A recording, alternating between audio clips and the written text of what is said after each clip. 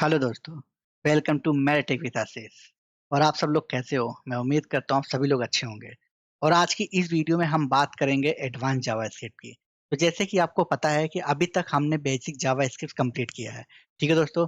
अब हम लोग धीरे धीरे एडवांस जावास्क्रिप्ट की तरफ मूव होंगे। और एडवांस जावास्क्रिप्ट मतलब आप ये समझ सकते हैं कि जैसे कि आपने जावा पढ़ा होगा, आपको डॉट नेट पता होगा, तो वहाँ पे एक कॉन्सेप्ट होता है जिसे हम बोलते हैं उप्स कॉन्सेप्ट। बट ऐसा कुछ जावास्क्रिप्ट में नहीं होता है। बट जावास्क्रिप्ट ने इसको एडवांस बनाने के लिए एक नया कॉन्सेप्ट ले आए थे जिसे हम बोलते हैं OOJS। That means object oriented JavaScript. ये उप्स के कॉन्सेप्ट को इनहेरिट तो करता है, बट प्योर उप्स नहीं होता। ठीक है। और उप्स का मतलब ये होता है कि ऑब्जेक्ट कैसे वर्क करता है, क्लासेस कैसे वर्क करते हैं, इनहेरिटेंस कैसे वर्क करते हैं, इंकैप्सुलेशन कैसे वर्क करते हैं। राइट दोस्तों, तो यही चीज हम अपने जावास्क्रिप्ट में देखेंगे, जो हमारा कॉन्सेप्ट है OOJS। ठीक है। और इसमें हम ये देखेंगे कि हमारा होस्टिंग कैसे वर्क करता है, क्लोजर्स कैसे वर्क करता है, इनहेरिटेंस कैसे वर्क करता है, ऑब्जेक्ट्स क्या होते हैं, क्लासेस क्या होते हैं, इनकैप्सुलेशन कैसे हम यूज कर सकते हैं। और उसके साथ साथ हम ये भी देखेंगे कि इवेंट हैंडलिंग हम कैसे कर सकते हैं, एसिंक ऑपरेशन कैसे कर सकते हैं, और एरर को कैसे हैंडल कर सकते हैं। ठीक है दोस्तों।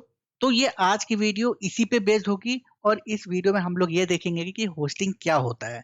तो अगर मैं आपको एक लाइन में डेफिनेशन दूं कि होस्टिंग क्या होता है, तो आप इसके डेफिनेशन से समझ सकते हो कि होस्टिंग का मतलब ये होता है कि आप कोई भी वेरिएबल जो होगा, आप उसे top of the page he declare करोगे। ठीक है। या अगर आप उसे फंक्शन में यूज कर रहे हो, तो फंक्शन के टॉप पे करोगे। अदरवाइज अगर उस वेरिएबल को आप कहीं भी डिक्लेयर करके यूज करते हो, तो वो होस्टिंग के रूल्स को कॉन्ट्रडिक्ट करता है। ठीक है दोस्तों। तो चलिए दोस्तों, अब हम अपने कंसोल पर चलते हैं और वहां पे कुछ एग्जाम्पल से ये समझने की कोशिश करेंगे कि होस्टिंग क्या होता है। तो अगर हम होस्टिंग के रूल्स को फॉलो नहीं करते हैं, तो वो हमें क्या रिटर्न करता है? वो एरर रिटर्न करता है या उस फंक्शन को कॉन्ट्रडिक्ट करेगा। ठीक है दोस्तों। तो चलिए अब हम अपने कंसोल पर चलते हैं। आई होप दोस्तों आपको मेरी स्क्रीन दिखाई दे रही होगी। तो चलिए दोस्तों, हम यहाँ पे सबसे पहले एक एग्जाम्पल लेते हैं और ये देखते हैं कि क्या ये हमारा एग्जाम्पल होस्टिंग के रूल को फॉलो करता है या नहीं। जैसे कि हम यहाँ पे सबसे पहले एग्जाम्पल लेंगे, कंसोल डॉट लॉग, और हमने यहाँ पे वैल्यू प्रिंट करा दी नेम। ठीक है। अब जैसे ही हम इसकी वैल्यू प्रिंट कराएंगे यहाँ पे नेम की, तो आप ये देखोगे कि यहाँ पे हमें क्या रिटर्न मिल गया? अनडिफाइंड रिटर्न मिला। ठीक है दोस्तों। और इसका रीजन है क्योंकि हमने होस्टिंग के रूल को फॉलो अप नहीं किया। और इसका रीजन क्या है कि हमने यहाँ पे नेम को तो प्रिंट कराया, बट ना ही नेम की हमने यहाँ पे वैल्यू डिक्लेयर की और ना ही असाइन की। तो इस कंसोल को यहाँ पे समझ नहीं आया कि इस नेम की वैल्यू क्या है। ठीक है। जैसे कि हम यहाँ पे एक और एग्जाम्पल ले लें, console dot log new name. ठीक है। और हमने यहाँ पे कर लिया var new name equal to empty. ठीक है दोस्तों। आप ये देखो कि हमने इस पैरामीटर नेम में कोई वैल्यू तो नहीं डिक्लेयर की थी, फिर हमें अनडिफाइंड रिटर्न किया। राइट। अब हमने न्यू नेम की वैल्यू यहाँ पे ले रखी है। राइट। तो अगर मैं इस न्यू नेम को कंसोल करूं, तो क्या इसकी वैल्यू एम्प्टी आएगी? दैट मीन्स जो हमने यहाँ पे न्यू नेम के पैरामीटर में पास किया हुआ है, तो अगर हम यहाँ पे एंटर करते हैं और देखते हैं इसकी वैल्यू क्या आती है दोस्तों? अनडिफाइंड। ठीक है। और ये अनडिफाइंड क्यों हुआ है? क्योंकि इसने होस्टिंग के रूल को ब्रेक किया है। और होस्टिंग का रूल अभी हमने आपको बताया था क्या होता है। अगर हमें कोई वैल्यू या कोई वेरिएबल डिक्लेयर करना होगा, तो हम उसे हमेशा टॉप ऑफ द पेज करेंगे। अगर हम टॉप ऑफ द पेज नहीं किए, तो हमें क्या रिटर्न करेगा? अनडिफाइंड रिटर्न करेगा। ठीक है। तो चलिए अब हम इसको फिक्स करते हैं और ये देखते हैं कि अगर हम होस्टिंग के रूल को फॉलो करते हैं, तो क्या इसका आउटपुट आएगा, और इसके डिफरेंस को समझेंगे। ठीक है। हमने यूज किया यहाँ पे वेर, और हमने यूज कर लिया an name empty console log name. ठीक है। अब जैसे ही मैं इसका इंटर मारूंगा, आप देखोगे कि यहाँ पे इसकी वैल्यू प्रिंट कर देगा एम्प्टी। तो दोस्तों आप समझ गए होंगे इन दो एग्जांपल से कि यहाँ पे क्या डिफरेंस है। इसमें डिफरेंस बस इतना है कि हमने यहाँ पे वेरिएबल ऊपर डिक्लेयर किया है, और यहाँ पे हमने इस कंसोल के नीचे डिक्लेयर किया है। यही चीज अगर आप फंक्शन में भी लिख रहे होते, तो आपको हमेशा ये जो डिक्लेरेशन है, ये टॉप ऑफ द पेज या टॉप ऑफ द फंक्शन करना होगा। अगर आप टॉप ऑफ द पेज या टॉप ऑफ द फंक्शन नहीं करते हो, तो ये रिटर्न करेगा अनडिफाइंड। ठीक है दोस्तों, तो यही होता है होस्टिंग के रूल्स को फॉलो अप करना। तो अभी हमने यहाँ पे देखा वेयर से रिलेटेड एग्जांपल, ठीक है। तो अगर मैं इसी चीज को लेट में कन्वर्ट करूं तो क्या वो मुझे अनडिफाइंड रिटर्न करेगा? तो चलिए दोस्तों एक और हम एग्जांपल लेते हैं, वो भी लेट के थ्रू, क्योंकि अभी हमने यहाँ पे देखा है वेयर का एग्जांपल। हमने यहाँ पे लिया सबसे पहले फंक्शन कंसोल डॉट लॉग, हमने प्रिंट किया ए की वैल्यू, राइट। और यहाँ ओ सॉरी, फिर से लेते हैं, यहाँ पे लिखते हैं कंसोल डॉट लॉग, हमने यहाँ पे लिया बी, और यहाँ पे यूज करते हैं बी इक्वल टू 2, राइट। अब मैं यहाँ पे अगर इसको इंटर करूंगा, आप ये देखोगे कि मैंने यहाँ पे लेट लिया हुआ है और मैं इसकी वैल्यू देखना चाहूंगा, तो क्या यहाँ पे अनडिफाइंड रिटर्न करेगा? क्योंकि वैर के केस में तो मैं अनडिफाइंड कर रहा था। तो जैसे ही मैं यहाँ पे इंटर करूंगा तो आप देखोगे यहाँ पे एरर आ जाएगा, रेफरेंस एरर। ठीक है, क्या आ गया? Reference error, B is not a defined. और वहां पे क्या आ रहा था? मैं अनडिफाइंड। अभी आप यहाँ पे, मैं आपको दिखाऊं, यहाँ पे क्या आ रहा था? मैं अनडिफाइंड आ रहा था वैर के केस में। बट हमें यहाँ पे क्या मिल रहा है? एरर मिल रहा है किसके केस में? लेट के केस में। ये इंटरव्यू में बहुत क्वेश्चन पूछा जाता है कि अनडिफाइंड और रेफरेंस एरर में क्या डिफरेंस है, ठीक है, और ये कब आता है। तो आपको बस इतना डिफाइन करना है कि अगर हम वेयर यूज करते हैं और वेयर होस्टिंग को फॉलो अप नहीं करता है तो हमें देता है अनडिफाइंड, बट अगर हम लेट यूज करते हैं तो हमें एरर देता है रेफरेंस एरर। ठीक है दोस्तों, तो अगर आप कोई भी फंक्शन बनाओ या कोई मेथड बनाओ या आप ऐसे ही उस जेएस पेज पे कोड लिख रहे हो, तो हमेशा declaration top of the page करना चाहिए। ठीक है दोस्तों, तो चलिए दोस्तों इसको हम कुछ और एग्जांपल से होस्टिंग को समझने की कोशिश करते हैं। ठीक है, तो मैं यहाँ पे सबसे पहले से क्लियर कर देता हूँ और यहाँ पे हम एक और एग्जांपल्स लेते हैं, जैसे कि कंसोल डॉट लॉग, हम यहाँ पे प्रिंट करा लेते हैं फू, राइट। और हमने यहाँ पे डिक्लेरेशन कर दिया फू को, फू इक्वल टू, इसकी वैल्यू हमने ले ली है टेस्ट, राइट। और हम फिर से यहाँ पे कंसोल कराते हैं कंसोल डॉट लॉग, और हमने यहाँ पे फू को प्रिंट कर लिया। अब आप यहाँ पे देखोगे दो कंसोल है, एक कंसोल है डिक्लेरेशन से पहले और दूसरा कंसोल है डिक्लेरेशन के बाद। तो मैंने यहाँ पे दो कंसोल इसलिए लिया हुआ है क्योंकि मैं चाहता हूँ कि आपको ये बेटर वे में डिफरेंस समझ में आ जाए। तो अगर मैं यहाँ पे इसकी वैल्यू देखना चाहूंगा तो अब आप ये देखोगे कि जो पहला वाला कंसोल है इसकी वैल्यू हमें अनडिफाइंड रिटर्न करेगा, और यही दूसरा वाला जो कंसोल है हमें इसकी वैल्यू रिटर्न करेगा। ठीक है, जैसे कि अगर मैं यहाँ पे एंटर करूं, देखिए दोस्तों यहाँ पे हमें क्या किया, पहले वाले वैल्यू अनडिफाइंड रिटर्न की और दूसरा वाला वैल्यू हमें इसकी वैल्यू रिटर्न की। ठीक है, तो यही चीज होता है होस्टिंग का। होस्टिंग आपको ऐसे समझ में आ रहा होगा कि जब हम इस ब्लॉक की बात करते हैं तो इसको ये समझ में आता है कि आपने इसकी value top of the page में डिक्लेयर किया हुआ है, राइट। तो अगर हम इस ब्लॉक की बात करें तो ये तो समझ जाता है कि आपने कोई वेरिएबल डिक्लेयर तो किया हुआ है बट वैल्यू असाइन नहीं की है। जब ऐसा होता है तो हमेशा उसकी वैल्यू क्या रिटर्न करता है? अनडिफाइंड। जैसे कि अगर मैं आपको एक और एग्जांपल्स लूं, मैंने यहाँ पे किया वेर एम्प्टी नेम, और मैं यहाँ पे लिखता हूँ console dot log empty name. ठीक है, और मैं यहाँ पे एंटर करूंगा तो आप ये देखो क्या है, अनडिफाइन आया।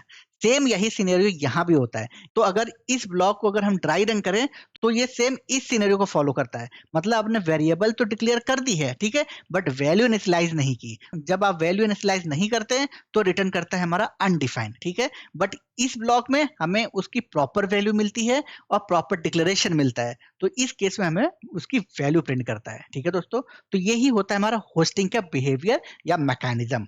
तो अगर हम समझना चाहें फंक्शन में कि ये होस्टिंग कैसे वर्क करता है तो हम कुछ एग्जांपल के थ्रू इसे देखेंगे। तो मैं आपको बता दूं, इसको फंक्शन होस्टिंग बोलते हैं, और अगर हम डिक्लेरेशन की बात करें तो उसे डिक्लेरेशन होस्टिंग बोलते हैं।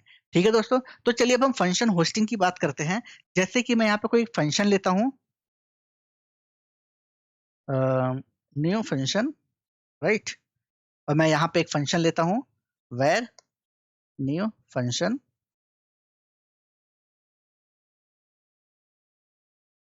और मैंने फंक्शन को कॉल कर लिया है। उसके बाद करली ब्रेसेस लगाया, कंसोल किया उसकी वैल्यू, यहाँ पे मैं चाहता हूँ हाई प्रिंट कर दे। ठीक है दोस्तों, अब आप यहाँ पे ये देखो कि मैंने यहाँ पे एक फंक्शन कॉल किया, ठीक है, और यहाँ पे फंक्शन को डिक्लेयर कर दिया, राइट। अब मैं चाहता हूँ कि जो मैंने यहाँ पे फंक्शन डिक्लेयर किया हुआ है उसमें जो मैंने हाई प्रिंट किया वो प्रिंट हो जाए। तो यहाँ पे मैं जैसे इंटर मारूंगा तो आप यहाँ पे देखोगे कि यहाँ पे मुझे एक एरर रिटर्न करेगा, वो एरर होगा टाइप एरर का। ये देखिए दोस्तों, यहाँ पे क्या रिटर्न किया, टाइप एरर का एक एरर रिटर्न किया और वो बोलता है न्यू फंक्शन डिफाइन नहीं है। क्यों नहीं डिफाइन है? उसका रीजन होता है हमारा होस्टिंग का। होस्टिंग का मैंने भी आपको बताया कि अगर आप कोई भी चीज डिक्लेयर करते हो तो उसे टॉप ऑफ द पेज कर रहे हो, तो आप ये देख रहे हो हम इस फंक्शन को यहाँ पे क्या कर रहे हैं, डिक्लेयर कर रहे हैं इस न्यू फंक्शन के वेरिएबल में। ठीक है, तो इस चीज को अगर हमें फिक्स करना है तो हम इसे कैसे करेंगे, इस लाइन को हम मूव कर देंगे इस न्यू फंक्शन के ऊपर। ठीक है, हम इसे जैसे ही फिक्स करेंगे इसका हमारा आउटपुट दे देगा। जैसे कि मैं अगर आपको फिक्स करके दिखाऊं तो यहाँ पे मैंने यूज किया वेर, और मैं यहाँ पे एक फंक्शन यूज करता हूँ test equal to function. Function को मैंने डिक्लेयर कर दिया एक वेरिएबल में, और मैं यहाँ पे कंसोल पे कर लेता हूँ हाय। ठीक है दोस्तों, और यहाँ पे मैं फिर से फंक्शन को कॉल कर लेता हूँ टेस्ट। अब जैसे ही मैं टेस्ट फंक्शन को कॉल करूंगा यहाँ पे हाई प्रिंट कर देगा। ये देखिए दोस्तों, हो गया ना। यही चीज होता है हमारा होस्टिंग, यही चीज होता है हमारे पुराने एग्जांपल में डिफरेंस। हमने यहाँ पे क्या किया, इस फंक्शन के बाद इस फंक्शन को यहाँ पे डिक्लेयर किया, बट दूसरे केस में हमने फंक्शन को पहले डिक्लेयर कर लिया और उसके बाद कॉल किया। जैसे ही हमने कॉल किया हमारी वैल्यू आ गई हाई। राइट दोस्तों, तो ये होता है हमारा फंक्शन होस्टिंग। ये चीज आपको जब कोड करना होगा ना एक्चुअल में, तब आपको बहुत ज्यादा ध्यान देना होगा कि अगर आप फंक्शन कॉल करते हो तो हमेशा उस फंक्शन की जो डिक्लेरेशन होगी वो टॉप पे करना होगा, और जो उसकी कॉलिंग होगी वो फंक्शन डिक्लेरेशन के बाद करना होगा। ठीक है दोस्तों, तब जाके आप होस्टिंग के मैकेनिज्म को फॉलो करोगे। ठीक है, अभी हमने जो एग्जांपल देखा वो वेर डिक्लेरेशन से रिलेटेड था। राइट दोस्तों, अब हम एक एग्जांपल देखेंगे जो होगा लेट डिक्लेरेशन से, और हम बात करेंगे कि वेर में हमें एक टाइप एरर मिलता है, बट अगर हम लेट में देखेंगे तो हमें कौन सा एरर मिलेगा। ठीक है, तो हमने यहाँ पे इसको क्लियर किया, और हम यहाँ पे यूज करते हैं एक फंक्शन, और हमने यहाँ पे फंक्शन को डिक्लेयर किया लेट बैज फंक्शन console.log हाय। ठीक है दोस्तों, अब मैं यहाँ पे इंटर मारता हूँ, यहाँ पे देखते हैं कौन सा एरर मिलता है। यहाँ पे हमें एरर मिला रेफरेंस एरर का। ठीक है, गॉट इट माय पॉइंट दोस्तों, हमें वेर के रेस्पेक्टेड कौन सा एरर मिल रहा था, टाइप एरर का, और अगर हम लेट के रेस्पेक्टेड एरर देखिए तो हमें मिलता है रेफरेंस एरर का। ठीक है दोस्तों, तो ये आप हमेशा याद रखना। तो अगर हमें इस एग्जांपल को फिक्स करना होगा तो हम उसे कैसे करेंगे, सेम वही चीज, जैसे ही आप इस कॉलिंग फंक्शन से आप ऊपर डिक्लेयर करोगे ये हमारा फंक्शन चल जाएगा। जैसे कि मैं आपको यहाँ पे करके दिखाता हूँ, मैंने यूज किया late batch to function console.log है। ठीक है दोस्तों, और उसके बाद हमने यहाँ पे यूज किया बैच टू। अब आप देखिए जैसे मैं इसका इंटर मारूंगा इसका आउटपुट आ जाएगा हाई। ये देखिए दोस्तों, ठीक है, तो ये हो गया होस्टिंग का मैकेनिज्म को फॉलो अप करना। ठीक है दोस्तों, तो अभी इन एग्जाम्पल से तो आपको अच्छे समझ में आ गया होगा कि होस्टिंग के मैकेनिज्म को फॉलो अप करना कितना जरूरी है। ठीक है, अगर हम होस्टिंग के मैकेनिज्म को फॉलो अप नहीं करते हो तो आपको डिफरेंट डिफरेंट एरर मिलेंगे। ठीक है, तो चलिए एक हम बहुत ज्यादा इंपॉर्टेंट एग्जाम्पल को डिस्कस करते हैं और इसके थ्रू अच्छे से समझने की कोशिश करते हैं होस्टिंग के बिहेवियर या मैकेनिज्म को। ठीक है, एक हमने यहाँ पे और एग्जाम्पल लिया, हमने यहाँ पे डिक्लेयर किया वेर, और उसकी वैल्यू हमने ले लिया है यहाँ पे चैनल नेम। राइट, और हमने यहाँ पे डिफाइन कर दिया है empty। उसके बाद हमने यहाँ पे एक फंक्शन बनाया, फंक्शन ग्रेट नाम का एक फंक्शन है हमारा। हमने यहाँ पे लिखा है कंसोल डॉट लॉग, और हम क्या करते हैं इस सी एच नेम को यहाँ पे प्रिंट कर लेते हैं। राइट, उसके बाद हम फिर से वापस इस सी एच नेम को डिक्लेयर करते हैं वेर सी एच नेम, इसकी वैल्यू को रीडिक्लेयर करते हैं, और हमने इसकी वैल्यू यहाँ पे ले लिया सब्सक्राइब। ठीक है, और हमने इसको यहाँ पे क्लोज किया, और यहाँ पे हमने इस फंक्शन को कॉल कर लिया है ग्रेट। ठीक है, और एक चीज और हम यहाँ पे लाइन ऐड करते हैं कंसोल डॉट लॉग च नेम।